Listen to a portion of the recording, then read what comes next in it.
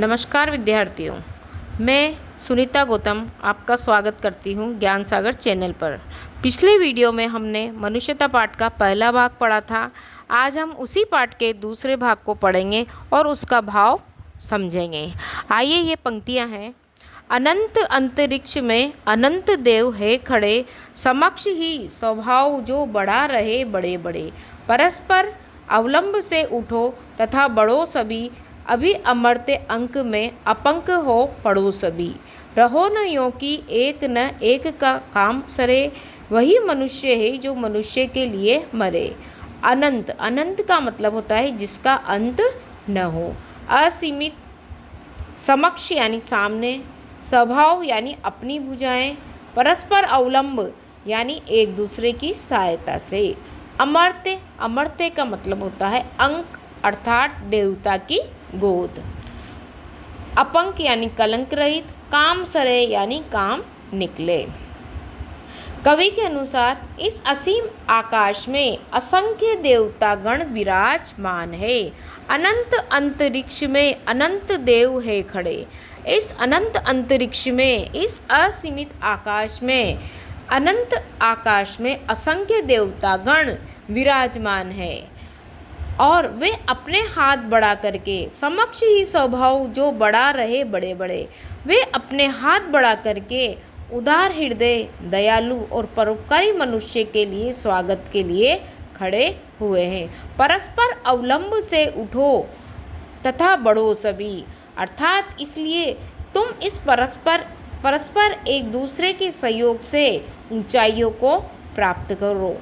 और जहाँ देवता स्वयं तुम्हें अपनी पवित्र गोद में बैठाने के लिए उत्सुक हो, अभी अमर्त्य अंक में अपंक हो चढ़ो सभी, अर्थात देवता भी अपनी गोद में, अमर्त्य अंक यानी देवता भी अपनी पवित्र गोद में बैठाने के लिए उत्सुक हों।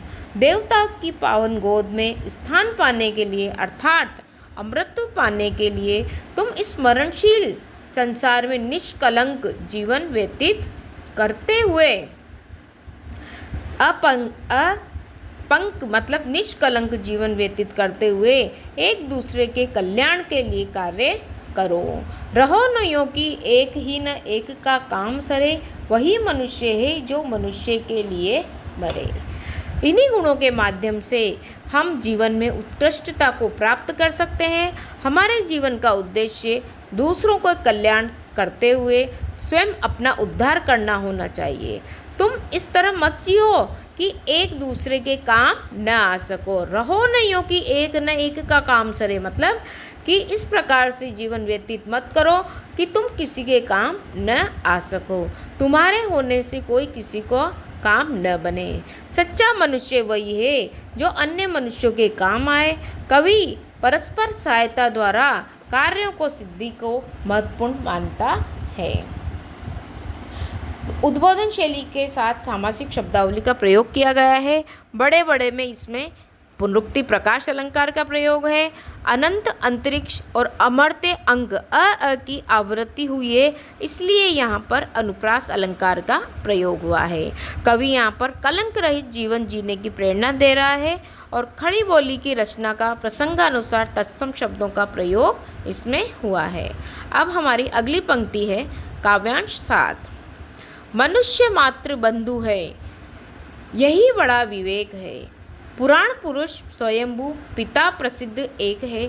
फलानुसार कर्म के अवश्य बाह्य भेद है, परंतु अंतरिक्ष में प्रमाणभूत वेद है। अनर्थ है कि बंधु ही बंधु की व्यथा हरे, वही मनुष्य है कि जो मनुष्य के लिए मरे। मात्र मतलब केवल, बंधु भाई, विवेक का मतलब होता है भले बुरे का ज्ञान। पुराण पुरुष यानी पुराणों से जिसने पुरुष की संज्ञा दी गई है। स्वयंभू मीन्स परमात्मा, बाह्य मीन्स बाहरी, भेद अंतर, अंतरेक्य का मतलब होता है आत्मा की एकता। प्रमाणभूत यानी साक्षी, अनर्थ दुर्भाग्य, व्यथा यानी पीड़ा दुख, हरे का मतलब होता है दुख करना, दूर करना। प्रस्तुत पंक्तियों में राष्ट्र कवि मैथिली शरण गुप्त ने बंधुत्व की भावना को मनुष्य की सबसे बड़ी विवेकशीलता माना है। मनुष्य मात्र बंधु है, यही बड़ा विवेक है। मीन्स राष्ट्रकवि मैथिली शरण गुप्त ने बंधुत्व की भावना को मनुष्य की सबसे बड़ी विवेकशीलता माना है, सबसे बड़ा विवेक माना है। कवि कहते हैं कि मनुष्य के लिए सबसे बड़ा विवेक यही है, यही विवेक है, यही बड़ा विवेक है, यही विवेक है कि वह संसार के सभी मनुष्य को क्या समझे, अपना भाई समझे, अपना बंधु समझे। पुराणों के अनुसार पुराण पुरुष स्वयंभू पिता प्रसिद्ध है कि पुराणों के अनुसार सभी मनुष्य एक का पिता एक ही है, सभी मनुष्य के एक ही पिता है।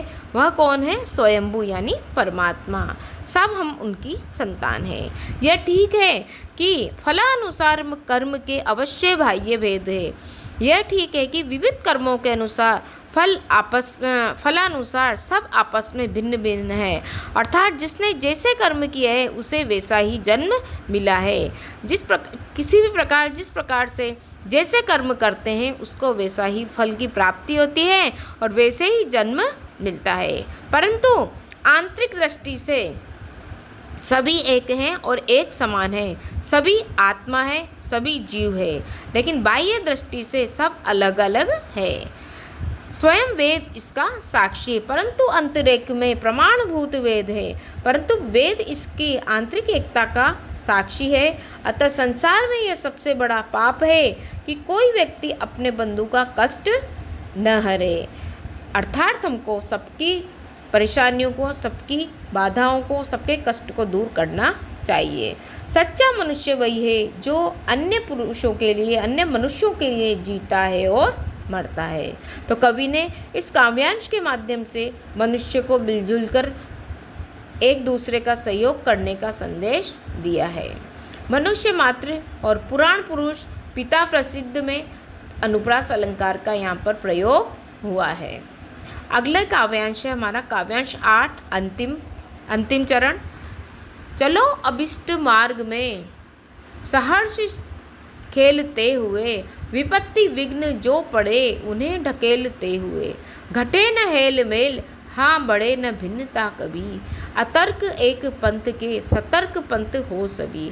तभी समर्थ भाव है कि तारता हुआ तरे, वही मनुष्य है जो मनुष्य के लिए मरे। अभिष्ट यानी इच्छा अनुसार, इच्छा रहित। सहर्ष यानी प्रसन्नतापूर्वक। विपत्ति कठिनाइयाँ। विघ्न बाधाएं। हेल मेल यानी मेल जोल। भिन्नता यानी अलग होने का भाव। अतर्क यानी तर्क से परे। सतर्कपंथ यानी सावधान यात्री। समर्थ शक्तिशाली। तारता उदार करता हुआ। प्रस्तुत पंक्तियों में कवि ने संघर्षपूर्ण जीवन व्यतीत करते हुए लक्ष्य पथ की ओर आगे बढ़ते रहने की प्रेरणा दी है कि हमको कोई भी, कितनी भी बाधाएं जीवन में आए, हमको सहर्ष खेलते हुए, प्रसन्नतापूर्वक खेलते हुए उसको निरंतर आगे बढ़ते रहना चाहिए, चाहे कोई सी भी हमारे जीवन में बाधा है। कवि कहते हैं कि हे पाठकों, तुम जीवन में जिस मार्ग पर चलना चाहते हो, जो भी तुम्हारा इच्छित मार्ग है, जिस मार्ग में तुम चलना चाहते हो, हंसी खुशी से चलते रहो। रास्ते में जो भी संकट आए, जो भी बाधाएं आए, उसको ढकेलते हुए आगे बढ़ते रहो। घटे न हेल मेल, हाँ बढ़े न भिन्नता कभी। परंतु ये ध्यान रखो कि कभी भी तुम्हारा आपसी मेलजोल कम न हो, साथ ही मित्रता और एकता का भाव भी कम न हो। अतर्क पंथ एक सतर्क पंथ हो सभी। आपस में कभी दूरियां न आए। मनुष्य वर्ग में जाति, रंग, रूप, प्रांत, देश आदि के में कभी भी अंतर न बढ़े। सभी मत, पंथ, संप्रदाय सभी एकता को बढ़ाने में सहयोग दें। तभी समर्थ भाव है कि तारता हुआ तरे। मनुष्य के लिए सबसे बड़ी सामर्थ्य यही है कि औरों का भी उद्धार करे और स्वयं भी तरे। वही मनुष्य है जो मनुष्य के लिए जीता है और मरता है। वह जन कल्याण करते करते तरे। सच्चा मनुष्य औरों के काम आता है। कवि ने इस काव्यांश के माध्यम से विश्व बंधुत्व की भावना को उजागर किया है। विपत्ति और विघ्न व की आवृत्ति हो रही है, यहाँ पर अनुप्रास अलंकार का प्रयोग हुआ है। तो विद्यार्थियों, आशा है आपको ये दोनों पाठ समझ में आ गए होंगे। पहला भाग और दूसरा भाग मनुष्यता पाठ का मैथिली शरण गुप्त द्वारा रचित है। बहुत ही परोपकार, इसमें मनुष्यता के गुण बताए गए हैं। परोपकार, सहानुभूति, करुणा और जीवन में कितनी भी बाधा है उसको संघर्षपूर्ण जीवन व्यतीत करना चाहिए। परेशानियों का सामना करते हुए निरंतर आगे बढ़ता रहना चाहिए। इस पाठ के माध्यम से हमको ये प्रेरणा मिलती है। मनुष्यता के इस पाठ ने हमें संवेदनशील और करुणाशील बनने की सीख दी है। यही संदेश लेकर आज का वीडियो यहीं समाप्त करते हैं। चैनल को सब्सक्राइब करना न भूलें। धन्यवाद।